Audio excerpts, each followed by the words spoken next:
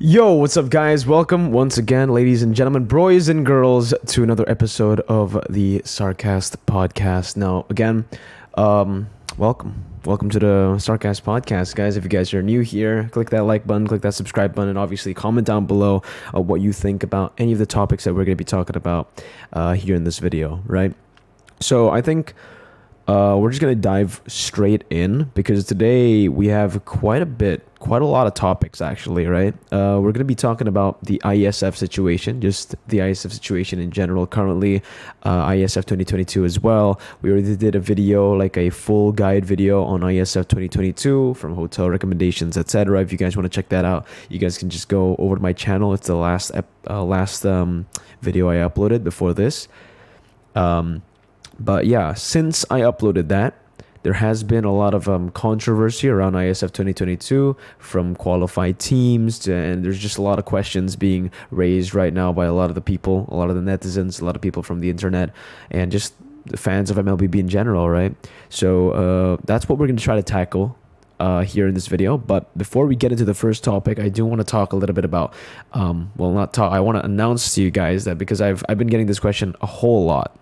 IESF 2022 Bali is going to be on the 2nd to the 12th of December for 2022. All right. For the 2nd of December, it's going to be a grand opening. It's like the opening ceremony of the IESF tournament. So I think you guys will start being able to watch the IESF tournament, the actual games, on the 3rd of December. That's when it actually starts. The tournaments for the esport titles start on the 3rd of December. So write that down. 3rd to the 12th of December is when it's going to be held. All right. 3rd to 11th. My bad. 3rd to 11th. Yeah. 12th is when I'll be flying back home. 3rd to 11th is when the event's going to be going on. All right.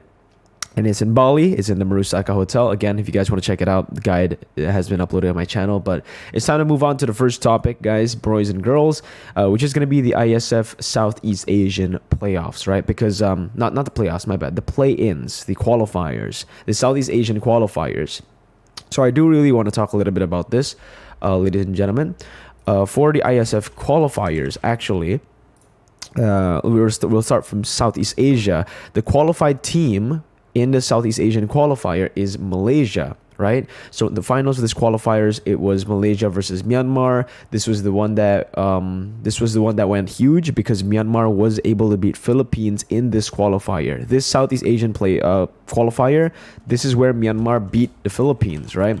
And Myanmar eventually went up against Malaysia in the finals to get that spot, that qualification spot, to go and compete to represent Southeast Asia. So that's how Malaysia actually got in. That's how Malaysia secured their spot, right? Now, for every other team who did not qualify, they can participate to the play-ins. They can participate in the play-ins of the event again, right? So even if they lose the qualifiers, they can still participate in the play-in stage, okay? Now, this is where it gets quite interesting because this was the system, right? We were supposed to get the play-ins. We were supposed to get a round robin tournament in the start of IESF on the 2nd of December, well, on the 3rd of December, all the way to the 6th before we get into the actual playoffs of IESF 2022. We were supposed to see a round robin playoffs, right? Unfortunately, that did not happen. So basically, what happened was, for IESF, the way they wanted to do the play-ins was, firstly, the countries the countries who want their teams to represent in MLBB will have to apply, right? They'll have to send a request to join the play-ins, right? And thing is, only Philippines, Cambodia, and Vietnam requested a slot. They were the only ones who actually sent a form, sent the play-ins, the registration. They are the only ones who registered their countries. So that's why you're seeing Philippines, that's why you're seeing Vietnam, and that's why you're seeing Cambodia, right? Now, I do want to talk a little bit about Myanmar first, because there's a big question here. This is also the second topic of the video.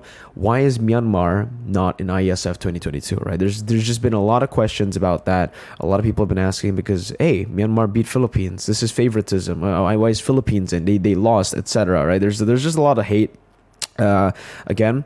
But From my understanding, I guess for the play-in teams, I'm not sure if this is like the entire everything. This is what I've heard from interviews and what I've been able to research on the internet, right? So for IESF, it's very different to the M4 World Champions or just like Moonton official events, right? Because again, I think, all right, this is what I think because this is based on research and based on the interviews I've watched. The way teams register or the way countries register for the play-ins is, well, firstly, they just register, but they will have to pay a certain amount for the flight, for the hotel, and also for the visas. So it's not being paid by IESF. It's actually being paid by the government of each country that wants to send their teams over. So that's the reason as to why I think Myanmar didn't actually submit a request. Is because they just, I don't know what's going on. But I guess they just didn't want to send their players. And the thing is, it's it's not being paid by the event, right? So it has to be paid by the government. So that's the reason I think Myanmar stepped down. They were like, you know what? No, never mind. Maybe that's what I think. And this actually segues perfectly into the whole Namibia-Nigeria situation, right? What happened in the Namibia-Nigeria situation was basically the same thing. Nigeria won the ISF qualifiers to actually represent Nigeria, to represent Africa in ISF in Bali. But the thing is, there was just, unfortunately, the government did not pay in time, did not submit the request in time, I think, or did not... I don't know, again, I don't know the exact details, but because the government and the countries who are sending the teams over will be the ones paying for the, for everything from the hotel, etc., they just didn't send it. I've heard a lot of news. I've seen a lot of videos on like the Nigerian government. If it's corrupted, I think the team that was supposed to represent Nigeria are literally right now going to sue the government. From my understanding, I watched Ezekiel's video, and that's what was mentioned there. So there's just a whole lot of drama when it comes to that. But again, this is not ISF. It's not ISF's fault. It wasn't ISF favorite.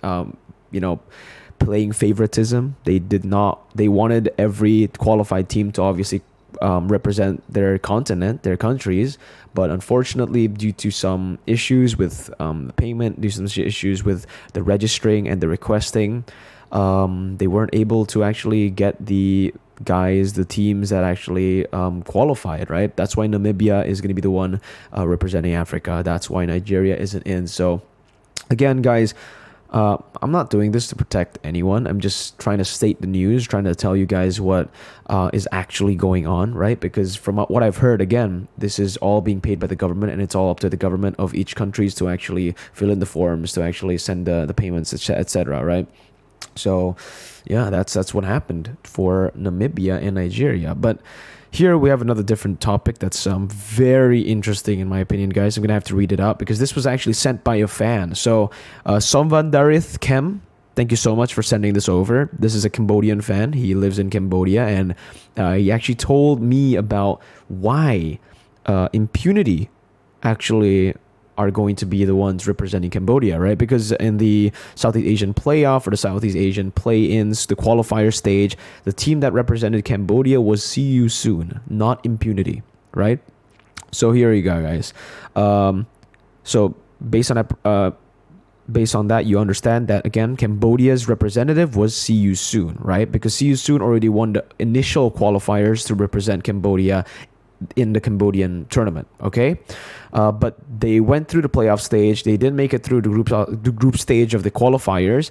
Then a few days after, the ISF released the play-in stage, right? They didn't release it, but they said that, hey, every single team can still participate in the play-in stage to actually qualify to ISF, which is going to be held in Bali. So Cambodia, the Cambodian MLBB scene, instead of actually just giving it to See You Soon, to let See You Soon represent Cambodia again, they held another qualifier for all of the Cambodian teams to face off to be the Cambodian representative.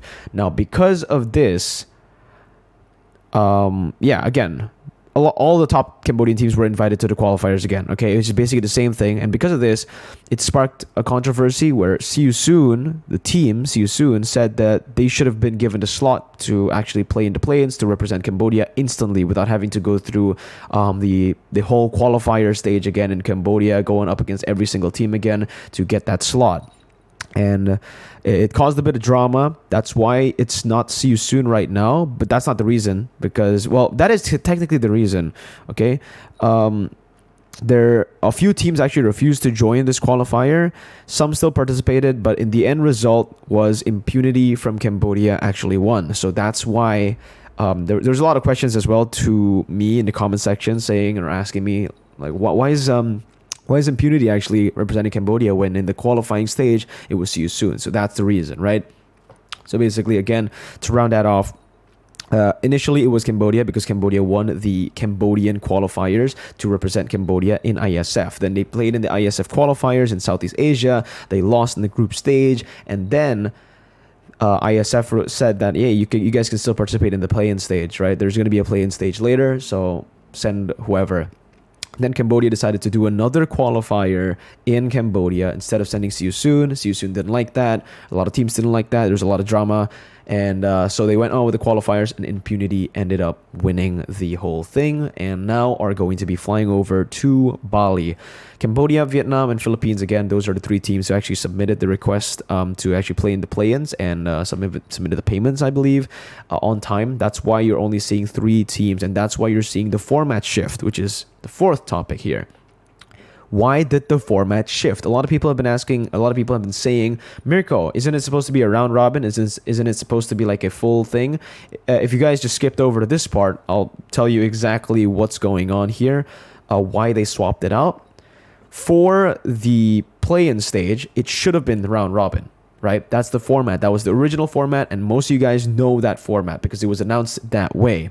Thing is, only three countries applied for the play-in stage, so they're just going to be put into the main event instantly, right? Because initially there was I think there was a slot for 6 teams, but only three requested.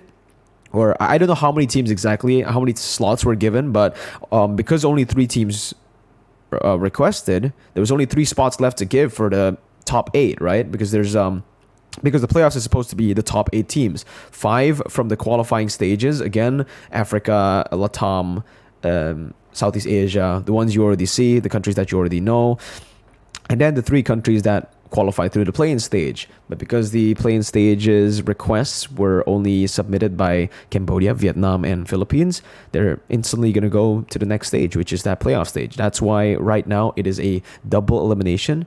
They swapped it to a full double elimination. They scrapped the play-in stage because, again, we only have 8 teams. We only have 8 countries who are participating. It wouldn't really make a lot of sense to go for a round robin in a tournament like this. So that's why they changed the format to actually fit this whole thing in, right? And so this is the next one, because you guys know that here again I will read out the countries who have requested, who are in the main event: Cambodia, Philippines, Vietnam, Malaysia, Indonesia, Namibia, Slovenia, and Argentina. Now, what's kind of crazy is every single country have had their representative, their team that represents their country for quite some time now. Philippines, this team has just been made for a long time, right? I mean, it's blacklisted internationally because they won the SEA Bowl qualifiers. They actually got the gold medal in SEA Games as well. It's the same team, but obviously without Owl and I forgot his name, but yeah, I think that it's a main blacklist lineup now who are going to be playing in ISF. They've already had this roster for a long time. They've been building the synergy for a long time. They've been building their strategies and building everything for a long time. You can say the same for Malaysia, for Vietnam, for Cambodia. They have had so much time to actually train together as a team to face off against the different countries. They've probably done their research as well. For Namibia, Slovenia, Argentina as well. It's just one team. They already decided the team, and they are all ready to just fly out to Bali to compete. Now, I want to talk about our host country, my country, Indonesia, because the Indonesian ISF qualifiers currently is, to be quite frank, quite a mess, because they also swapped the format, or they swapped they changed it very last minute. So initially, what was supposed to happen, and this is what's causing so much drama in the Indonesian scene, by the way. Okay, guys. So if you guys are from outside, you guys are wondering why we haven't revealed our IESF qualified team, our Indonesian representative, is because of this. Initially, there's a tournament in Indonesia called Piala Presiden. Now, this tournament is a pretty big deal. It's a big tournament. It's a massive tournament. It's a great tournament. Last year, Aura Fire won. This year, they held it again. And this became the IESF qualifiers as well, because whoever won Piala Presiden will be the Indonesian representatives. That was the system. That was how they made the system, right? That was how they made the thingy-majiggy for the teams to actually fight for to represent Indonesia. But the second place team from the Piala Presiden tournament here will actually be placed into Seleknas, which means Seleksi Nasional in Indonesian, which means it basically translates to national selection. They're going to be selecting the players individually from that team and from 2 other teams. So they'll be selecting some players from the second place team from Piala Presiden. They'll be selecting some players from the Hero tournament, Hero 3.0 tournament here in Indonesia. There's another amateur tournament. And then from the Piala Presiden Open qualifiers, I believe, or the IESF Open qualifiers to represent Indonesia, right? So out of these 3 teams, they're going to select some people individually to make up a team, and that team will be a reserve team to the team that actually won Piala Presiden and who have already basically been set to represent Indonesia. I'm sorry if it's confusing. It was confusing to me too, but that's how I'm explaining it. Hopefully you understand. If you don't, please replay the video or ask me in the comment section. But yeah, that was the original system. Now